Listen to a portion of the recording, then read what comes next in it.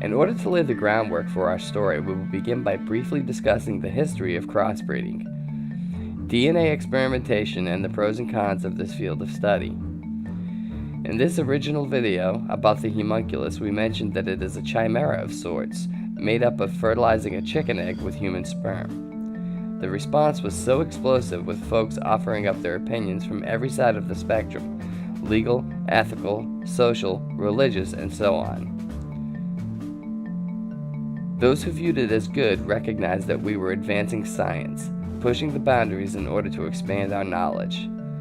Others saw it as an attempt to play God and leaned towards the belief that there are some lines which should never be crossed.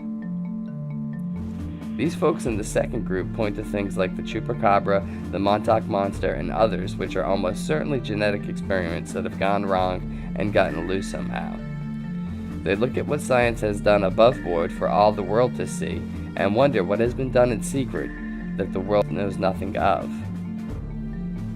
You see, crossbreeding has been around for a long time. The first mule dates back some 3,000 years before Christ walked the earth. That is almost 6,000 years ago. Dogs have been crossbred for many years, for various purposes, from hunting to designer dogs that can be carried around and pampered much like a child. Similarly, we have been using genetics to attack a wide variety of problems worldwide. From stem cells to full organs, we are growing them in animals. We have genetically modified foods that are resistant to bugs and pesticides and drought. This helps us ease hunger and famine. We have used genetics to solve creative problems like making light. Using the DNA from a fish that lives at the bottom of the ocean and secretes bioluminescence from its skin, creating its own light and amplifying any ambient light available so it can see in the depths of the oceans.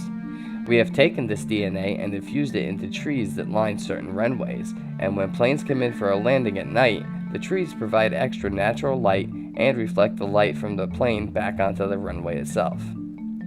This has worked so well that researchers from Cambridge, Stanford, and BioLab in California have begun creating trees that will one day replace light poles altogether.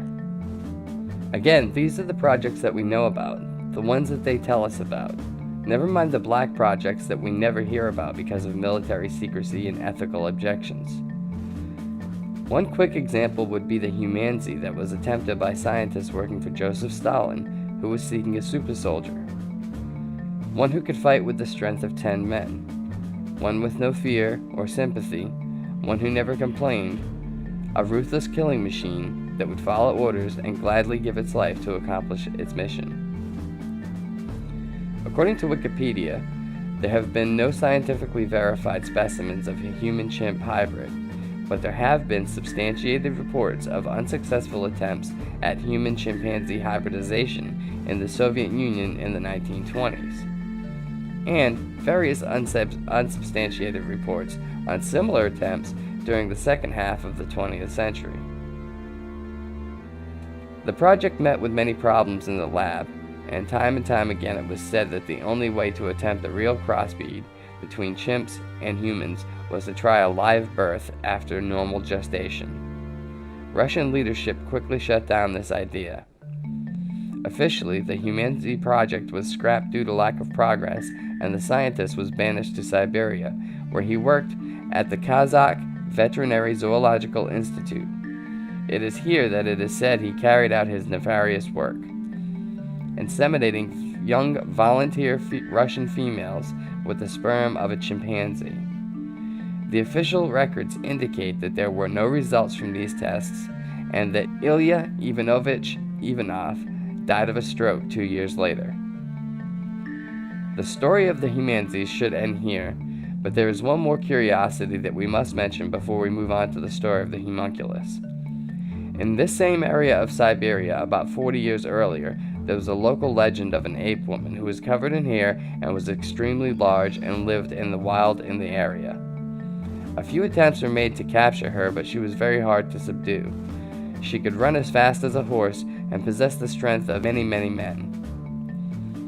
The ape woman, who locals named Xana, was known for scavenging in their waste in their dump area, and villagers designed a clever trap that managed to capture the wild woman. It took them years of caging her, but eventually she became docile and was taught to do menial tasks around the village. She could carry much more water or wood than any two men together, and she was given shelter in the blacksmith shed, where she lived for the rest of her life. From time to time, some of the drunken village men would have sex with Xana, who did not seem to mind the act. Remember, she could have literally tore them in half if she so desired.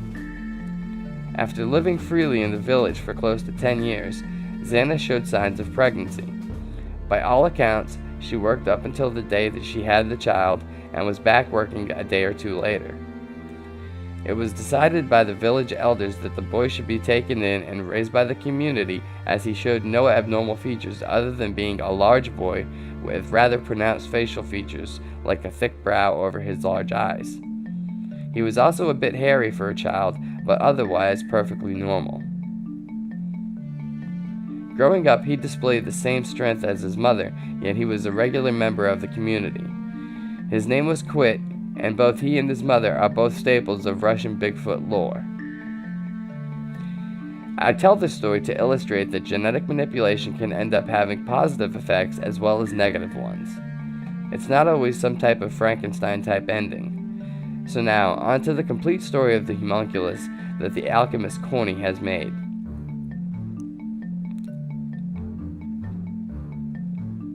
First, let's address the possibility of such a thing.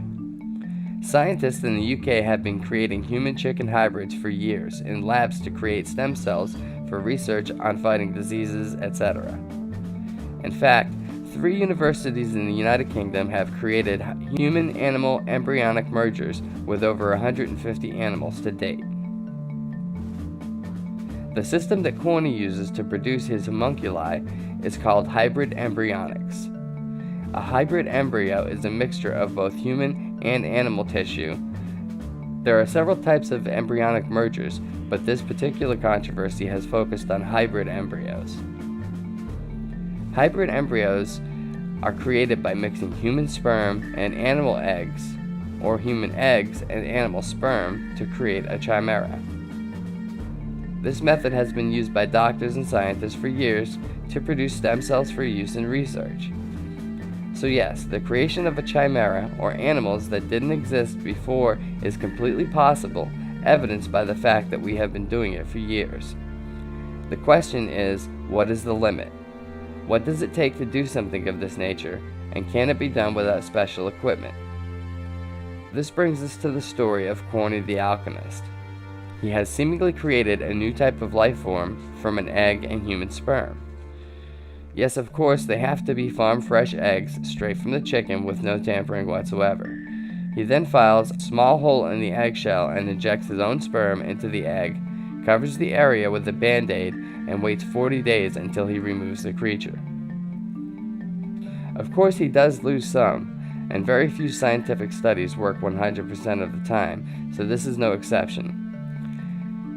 He soon realized his dream, though, and created one that is still alive and moving.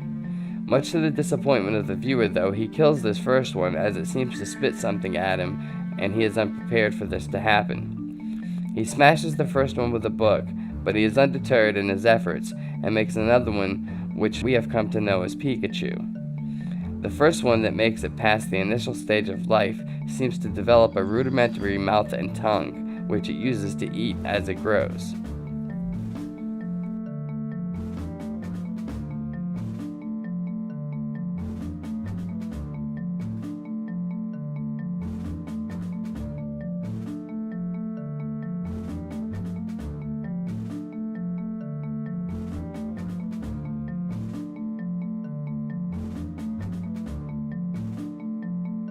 After a few more tries, he creates a second one named Slowpoke, which grows strong and displays a completely different body style.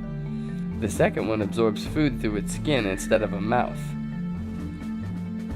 It did not grow a mouth, however, it has grown an eyeball.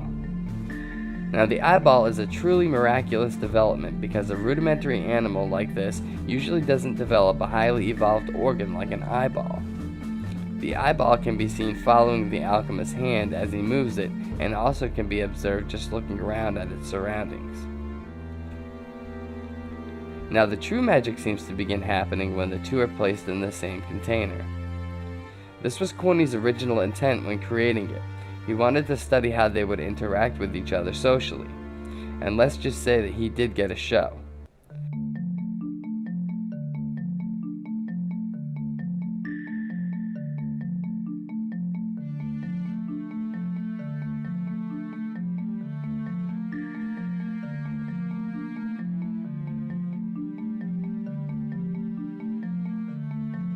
For the first few days, nothing changed at all. Neither organism moved in any direction. Then Pikachu, the tall one with the mouth, began slowly moving towards Slowpoke. This happened ever so gradually at first, just a few centimeters a day. Then one day, the Alchemist's grandson called him at work and told him to come home quickly because something was happening with the homunculi. When Corny arrived home, he found that Pikachu had bent his head over and had attached himself to Slowpoke. Corny thought that this was the end for Slowpoke. He believed that Pikachu was going to eat Slowpoke.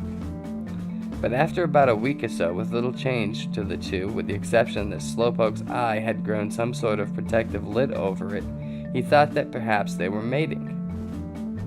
He gave it another week and then ruled out mating for several reasons. First, he reasoned that no mating ritual would last this long. And second, it appears that Pikachu was burying his head into Slowpoke. He did not know what to make of it at this point and just decided to keep watching. After a few more weeks go by, it is plain to see that the creatures are now merging. He believes that they are merging at the nervous system level and allowing them to become a single entity. To test this theory, he takes a brush and pokes the remaining piece of Pikachu that is still exposed. That part of Pikachu moves independently. Then, taking the same brush, he pokes the much larger and much more complete Slowpoke, and both creatures move in unison. This proves to him that his assumptions are correct, and they are indeed merging at the nervous system level. This is astounding to both the Alchemist and to those of us who are following his work. We have witnessed two very simple life forms created, grown, advanced, and merging with one another to create something more than what they were to begin with. To all those who watch his work on a regular basis, we stand in awe at what we are witnessing. There are a few who watch who are of dissenting opinions, and they are welcome because Corny appreciates the gravity of what he is doing, and he welcomes their criticism and handles it probably much better than I would. He aims to keep everything scientific and above board, and simply asks them for scientific proof to back up what they say. This is a much more calm and fair-handed approach than what I could muster. So now that you know the entire story, please let me hear back from you and let me know what you think. Now that you can see the entire process and what has become of the two creatures once they were in the same tank, what do you think will happen from here? In any event, I'd love to hear what you think. With that, I will wrap this up and say thank you for viewing, thank you for all of your likes, subscribes, and comments. And we will be back soon with another video.